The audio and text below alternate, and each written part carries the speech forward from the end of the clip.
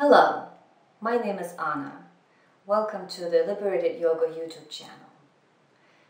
This is a tutorial on how to do Nadi Shoddhana or Nadi Shuddhi, also known as Alternate Nostril Breath, Pranayama. This is the go-to breath for many yoga practitioners. It is one of my favorites. I really prefer it to a lot of the others. It is a breath that's meant to balance and calm and soothe your nervous system, to equally stimulate and balance the right and left hemispheres of the brain. By engaging one nostril at a time, you're able to send vibration of the breath into the different hemispheres of the brain. There's different ways one can close off the nostrils. I'm going to demonstrate my personal favorites. You are, of course, welcome to choose something that maybe works better for you.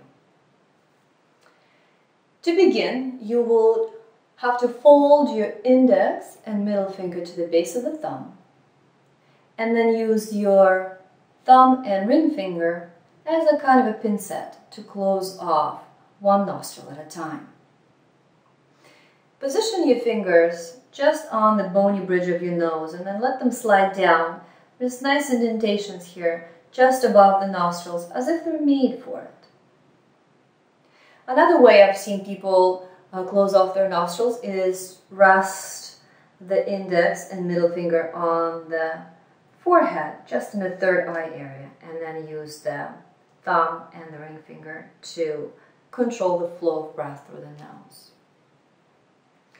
One thing I also have seen that I believe is incorrect is really aggressively closing one nostril down while not even holding the other.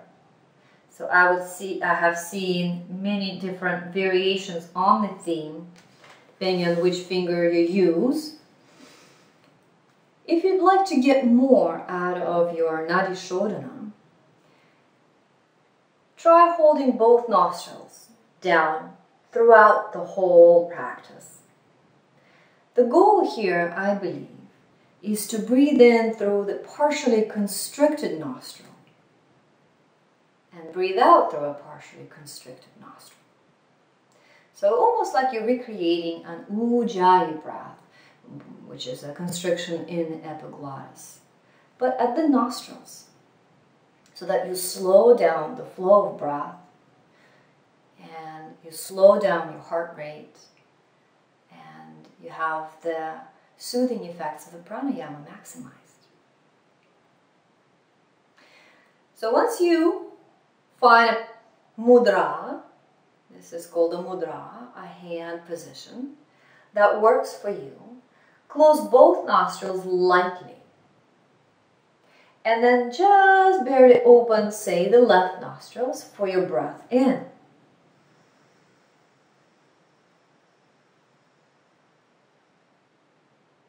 Then you would close the left nostril, barely open the right, and breathe out.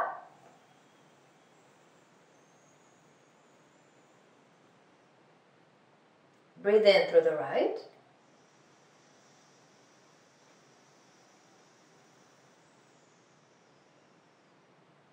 Close it, partially open the left, and breathe out.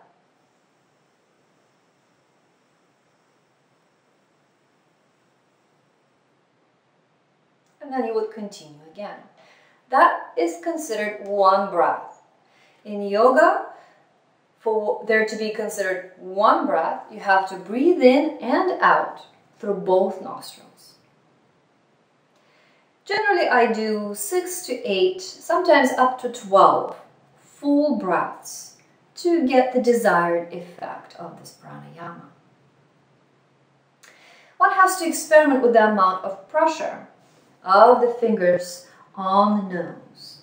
There are some subtle sensations to be perceived. The more experienced you are, the more these subtleties will manifest themselves for you. Some experienced practitioners can feel the various vayus or winds of prana fluttering under the fingertips. certainly is a very sensitive pressure point there. And I would encourage you to avoid pressing hard, finding just enough pressure to hold the nostril closed and just enough pressure to keep it slightly open. Now, the ancient yogis talk about energy channels called nadis. The center one is the Sushumna nadi that runs just in front of the spinal column. And we have the Ida nadi on the left side of the body and the Pingala nadi on the right side of the body. The Ida nadi runs on the left side of the body. Some say it goes like a DNA helix, some say it goes side to side like that, and it comes out through the left nostril, but it stimulates the right side of the brain.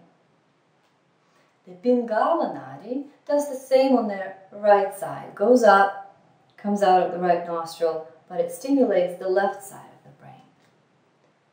The Pingala on the right is considered to be more active, more solar in nature. It is more masculine in qualities. The left side is considered to be more feminine in its qualities, more lunar, more passive. When these two nadis, as channels of energy and channels of consciousness, are clear on both sides equally, then they can join together in the Sushumna nadi and allow your consciousness to rise to higher planes. By controlling the nostrils, whether you breathe in or breathe out, you are able to balance out the right and the left sides of the body, not just in a physical sense, but in an energetic first and foremost.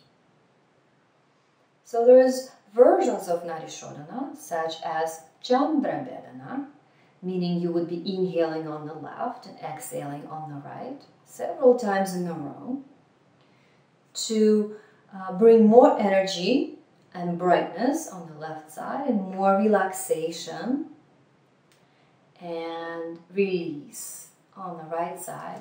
And this Chandra Vedana, Chandra being moon, stimulates the left side, stimulates that intuitive female qualities in us. Now it's beyond man and woman. This is just a way to describe a collection of qualities that tend to go together. And so if you're seeking a more calming, cooling, soothing effect, Chandra Vedana, inhaling on the left, exhaling on the right a few times, might be the way to go. If you're seeking more activation, more awakeness, more energy, or if you have a very sluggish metabolism and you need more fire in your body, Surya Vedana, or inhaling on the right, Surya being the sun, and exhaling on the left, would stimulate the Pingala. You can combine Shitali breath that we learned in a previous tutorial on Pitta dosha and Sitali, where we inhale through the rolled tongue, either this way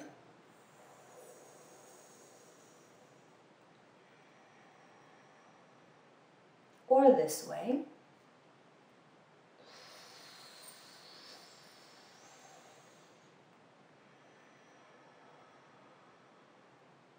or this way.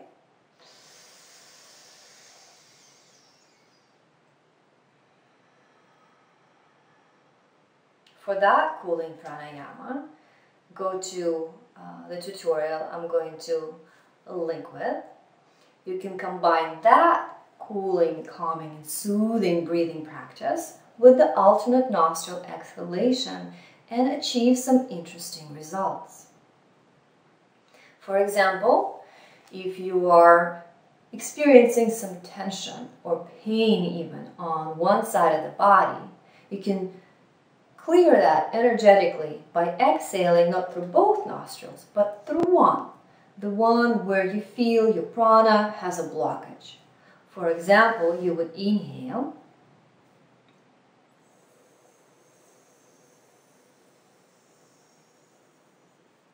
close off one nostril, breathe out through the other.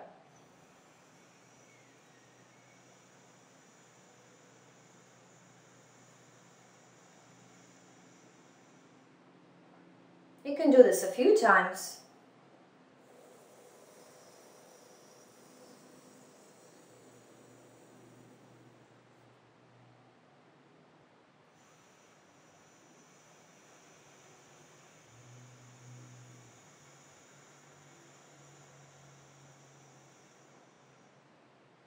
To customize your pranayama a little bit to what your particular needs are that day. So these are the general considerations to keep in mind when choosing the appropriate pranayama for you. I hope this helps.